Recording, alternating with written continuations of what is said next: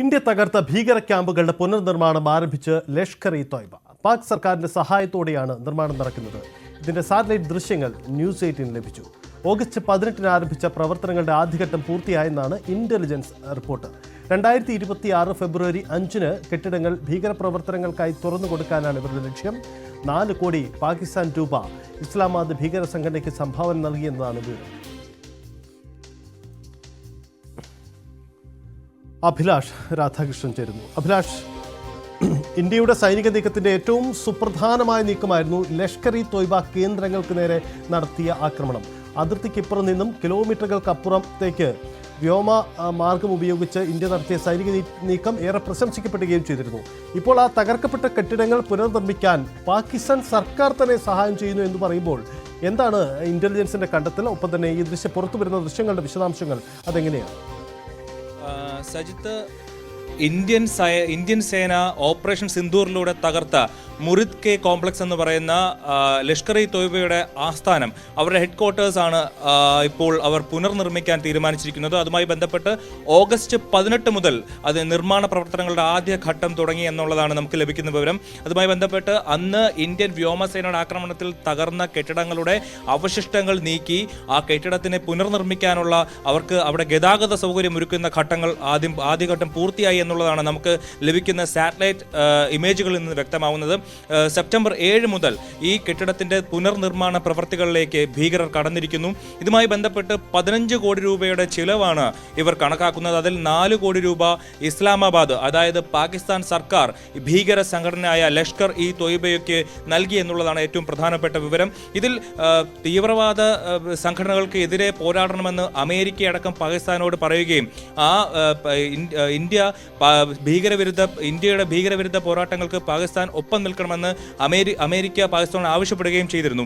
ഈ ഒരു ഘട്ടത്തിലാണ് വീണ്ടും ലഷ്കർ-ഇ-തോയ്ബയുടെ പ്രവർത്തനങ്ങൾ മുന്നോട്ട് കൊണ്ടുപോകാൻ വേണ്ടിയിട്ട് പാകിസ്ഥാൻ സർക്കാർ സഹായിച്ചു എന്നുള്ള വിവരങ്ങൾ പുറത്തു വരുന്നത്.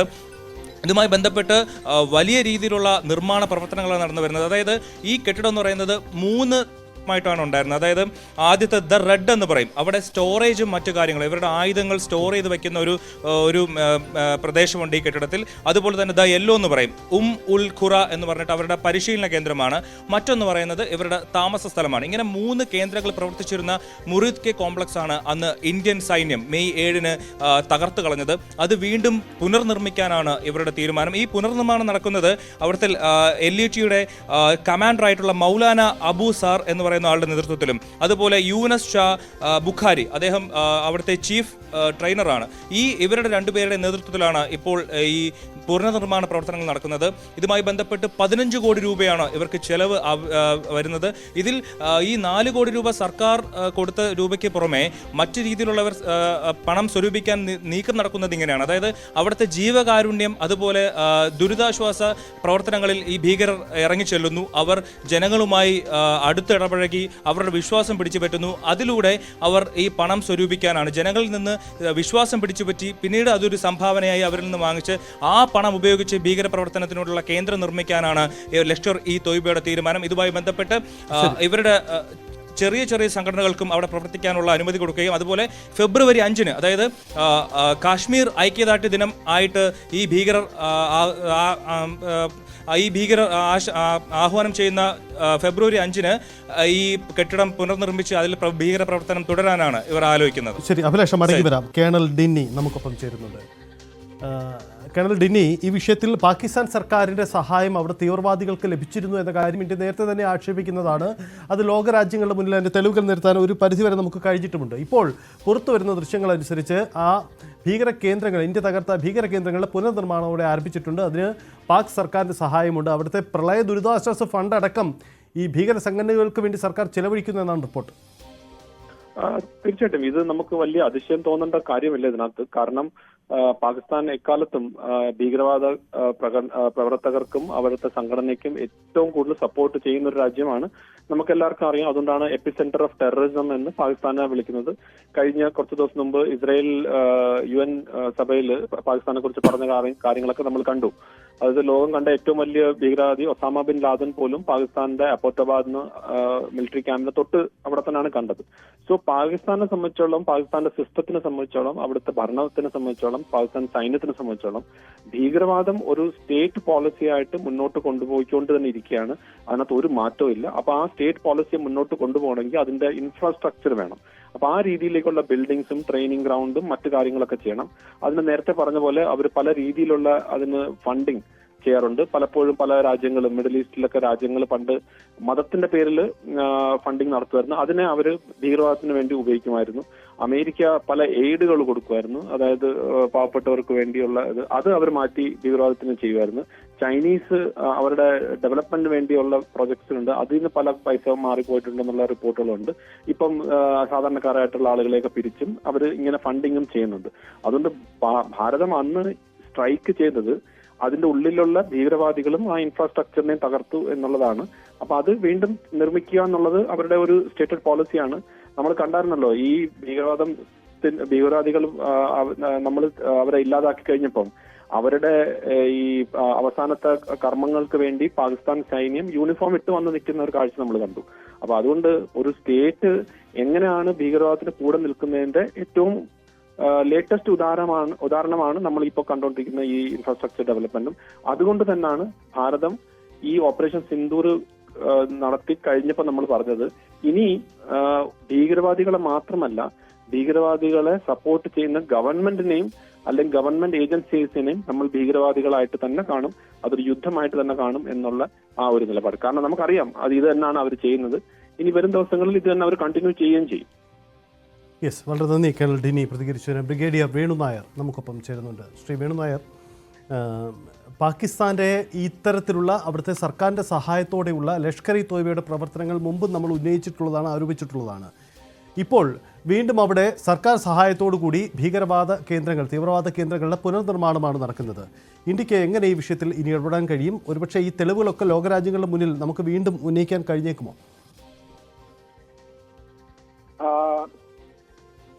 ഇങ്ങനെയുള്ള പാകിസ്ഥാന്റെ പ്രവർത്തികൾ ലോകത്തിന്റെ മുമ്പിൽ അതുണ്ടാകുമ്പോൾ തന്നെ അറിയിക്കാൻ പറ്റുന്നു എന്നുള്ളത്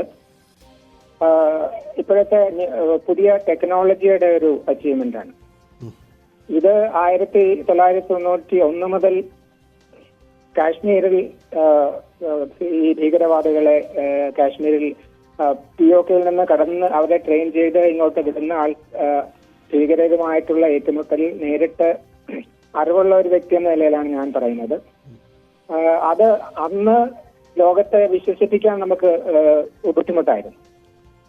അവിടെ ഓരോ ഓപ്പറേഷൻ കഴിഞ്ഞും അതിന്റെ വാർത്തകൾ കേട്ടുവെക്കെ നിൽക്കുമ്പോൾ ഞാൻ അത്ഭുതപ്പെട്ടിട്ടുണ്ട്. എന്താണ് നമുക്ക് ഈ ലോകത്തെ പറ്റി ഇതിനെപ്പറ്റി പറഞ്ഞു മനസ്സിലാക്കാൻ പറ്റാത്തതെന്ന്. അമേരിക്കയ്ക്കും ഇതിനെപ്പറ്റി അതിന്റെ പസഫിക് കടന്ന് ഭീകരവാദം അവരെയും അഫക്ട് ചെയ്യുമെന്ന് മനസ്സിലാക്കിയത് 9/11 നടന്നപ്പോഴാണല്ലോ. അപ്പൊ അതിന്റെ ഇപ്പോ ഈ 11 കഴിഞ്ഞതേ ഉള്ളൂ അതിന്റെ ഒരു വാർഷികം. അപ്പോൾ ഇത് എല്ലാവരെയും ബാധിക്കുന്നതാണ് ഈ ഭീകരവാദം.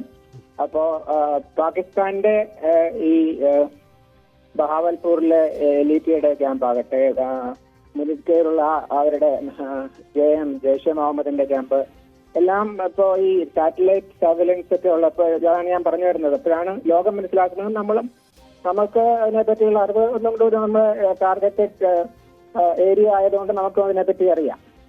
അപ്പോ ഇതുപോലുള്ള പുനർജീവനവും എല്ലാം നടന്നുകൊണ്ടിരിക്കും. എന്ന് വെച്ചാൽ ഇന്ത്യക്കെതിരായിട്ട് ഭീകരരെ വളർത്തുക, കാശ്മീർ ഇഷ്യൂ ലൈവായിട്ട് നിർത്തുക, എല്ലാം അവരുടെ പാക് ആർമിയുടെ ഒരു അവരെ നിലനിൽപ്പിന്റെ കാര്യമാണ്. അത് അവര് തുറന്നുകൊണ്ടിരിക്കുക തന്നെ ചെയ്യും.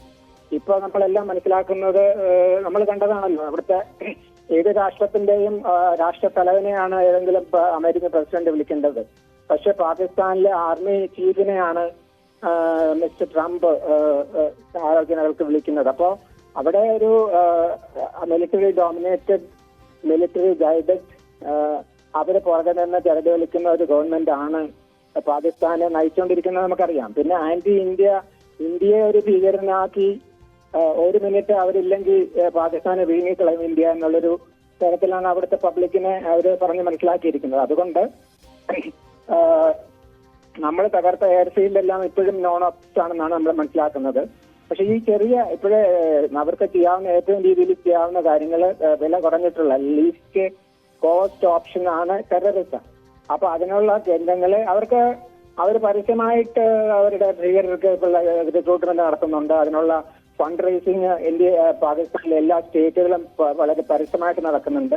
ഇതെല്ലാം നമ്മൾ we have to face it and plan. നമ്മൾ ഇതിനെല്ലാം പ്ലാൻ ചെയ്യുന്നുണ്ടെന്ന് ഓപ്പറേഷൻ സിന്ദൂർ കാണിച്ചതാണ്. അപ്പോൾ let them do it, will face. Back to you. Yes, അതാണ് സാഹചര്യം. എന്തായാലും വളരെ നന്ദി പ്രതികരിച്ചതിന്.